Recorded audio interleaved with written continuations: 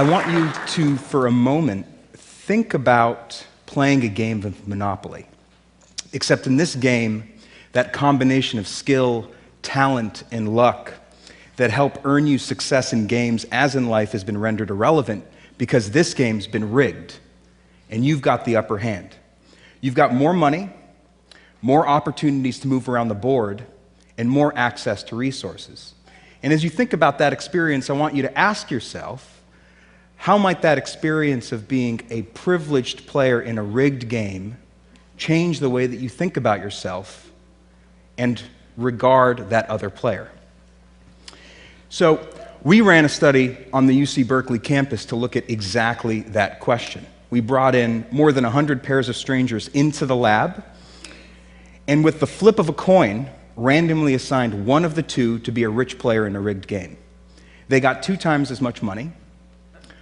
When they passed go, they collected twice the salary, and they got to roll both dice instead of one, so they got to move around the board a lot more.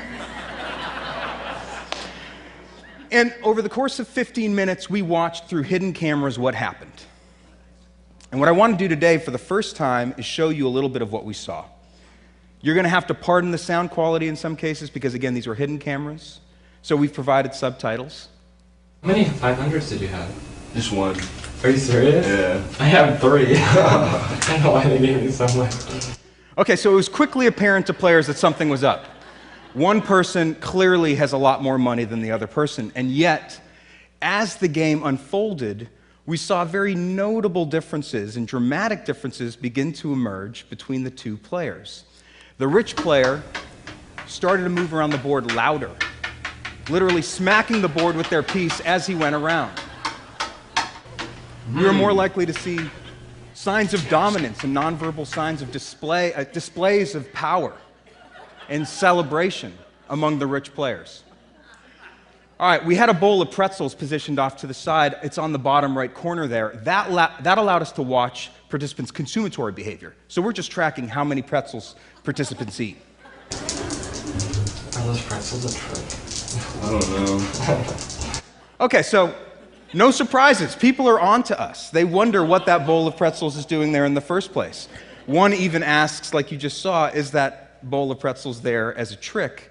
And yet, despite that, the power of the situation seems to inevitably dominate, and those rich players start to eat more pretzels. I want to try pretzels. I love pretzels.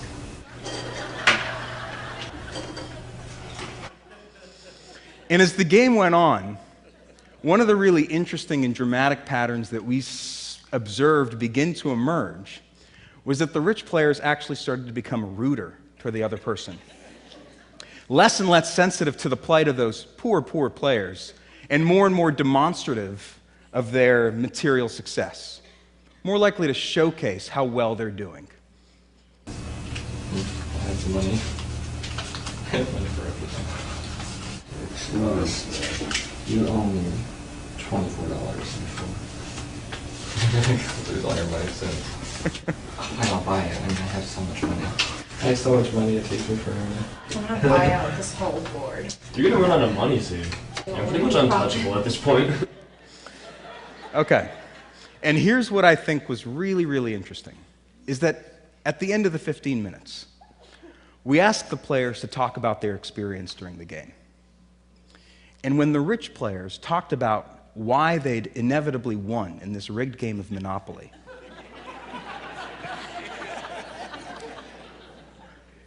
they talked about what they'd done to buy those different properties and earn their success in the game. And they became far less attuned to all those different features of the situation, including that flip of a coin that had randomly gotten them into that privileged position in the first place. And that's a really incredible insight into how the mind makes sense of advantage. Now, this game of Monopoly can be used as a metaphor for understanding society and its hierarchical structure, wherein some people have a lot of wealth and a lot of status, and a lot of people don't. They have a lot less wealth, and a lot less status, and a lot less access to valued resources. And what my colleagues and I for the last 7 years have been doing is studying the effects of these kinds of hierarchies. What we've been finding across dozens of studies and thousands of participants across this country is that as a person's levels of wealth increase, their feelings of compassion and empathy go down. And their feelings of entitlement, of deservingness, and their ideology of self-interest increases. In surveys, we found that it's actually wealthier individuals who are more likely to moralize greed being good, and that the pursuit of self-interest is favorable and moral. Now, what I want to do today is talk about some of the implications of this ideology of self-interest, talk about why we should care about those implications, and end with what might be done. Some of the first studies that we ran in this area looked at helping behavior, something social psychologists call prosocial behavior. And we were really interested in who's more likely to offer help to another person, someone who's rich or someone who's poor. In one of the studies, we bring in rich and poor members of the community into the lab and give each of them the equivalent of $10. And we told the participants that they could keep these $10 for themselves, or they could share a portion of it, if they wanted to, with a stranger who's totally anonymous. They'll never meet that stranger, and the stranger will never meet them. And we just monitor how much people give. Individuals who made $25,000, sometimes under $15,000 a year, gave 44% more of their money to this stranger than did individuals making $150,000, $200,000 a year. We've had people play games to see who's more or less likely to cheat to increase their chances of winning a prize. In one of the games, we actually rigged a computer so that die rolls over a certain score were impossible. You couldn't get above 12 in this game. And yet, the richer you were, the more likely you were to cheat in this game to earn credits toward a $50 cash prize, sometimes by 3 to 4 times as much. We ran another study where we looked at whether people would be inclined to take candy from a jar of candy that we explicitly identified as being reserved for children, participating. I'm not kidding. I know it sounds like I'm making a joke. We explicitly told participants, this jar of candy is for children participating in a developmental lab nearby. They're in studies. This is for them. And we just monitored how much candy participants took. Participants who felt rich took 2 times as much candy as participants who felt poor. We've even studied cars, not just any cars, but whether drivers of different kinds of cars are more or less inclined to break the law. In one of these studies, we looked at whether drivers would stop for a pedestrian that we had posed waiting across at a crosswalk. Now in California, as you all know, because I'm sure we all do this, it's the law to stop for a pedestrian who's waiting to cross. So here's an example of how we did it. That's our Confederate off to the left posing as a pedestrian. He approaches as the red truck successfully stops. In typical California fashion, it's overtaken by the bus who almost runs our pedestrian over. Now here's an example of a more expensive car, a Prius, driving through, and a BMW doing the same. So we did this for hundreds of vehicles on several days, just tracking who stops and who doesn't. What we found was that as the expensiveness of a car increased, the driver's tendencies to break the law increased as well. None of the cars in our least expensive car category broke the law. Close to 50% of the cars in our most expensive vehicle category broke the law. We've run other studies finding that wealthier individuals are more likely to lie in negotiations, to endorse unethical behavior at work, like stealing cash from the cash register, taking bribes, lying to customers. Now, I don't mean to suggest that it's only wealthy people who show these patterns of behavior. Not at all. In fact, I think that we all, in our day-to-day, minute-by-minute lives, struggle with these competing motivations of when or if to put our own interests above the interests of other people. And that's understandable because the American dream is an idea in which we all have an equal opportunity to succeed and prosper as long as we apply ourselves and work hard. And a piece of that means that sometimes you need to put your own interests above the interests and well-being of other people around you. But what we're finding is that the wealthier you are, the more likely you are to pursue a vision of personal success, of achievement and accomplishment to the detriment of others around you. Here I've plotted for you the mean household income received by each fifth and top 5% of the population over the last 20 years. In 1993, the differences between the different quintiles of the population in terms of income are fairly egregious. It's not difficult to discern that there are differences.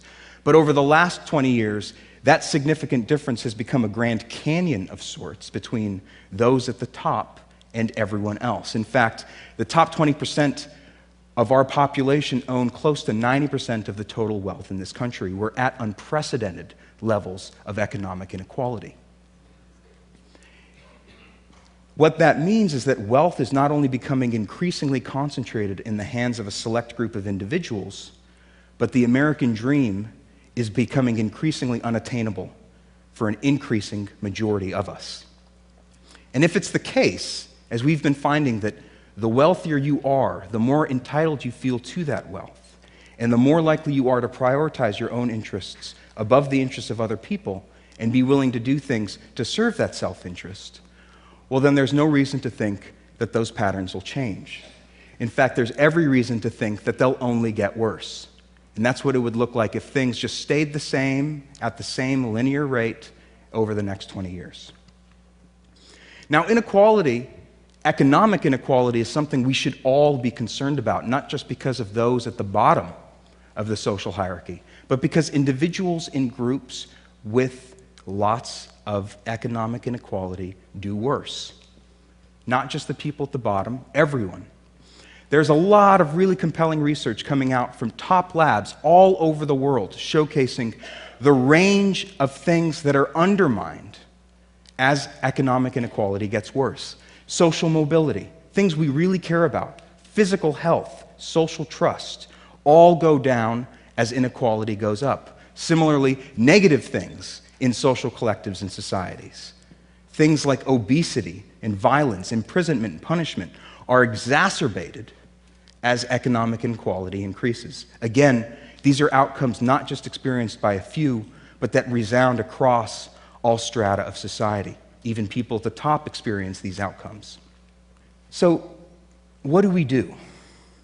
This cascade of self-perpetuating, pernicious, negative effects could seem like something that's spun out of control, and there's nothing we can do about it. Certainly nothing we as individuals could do.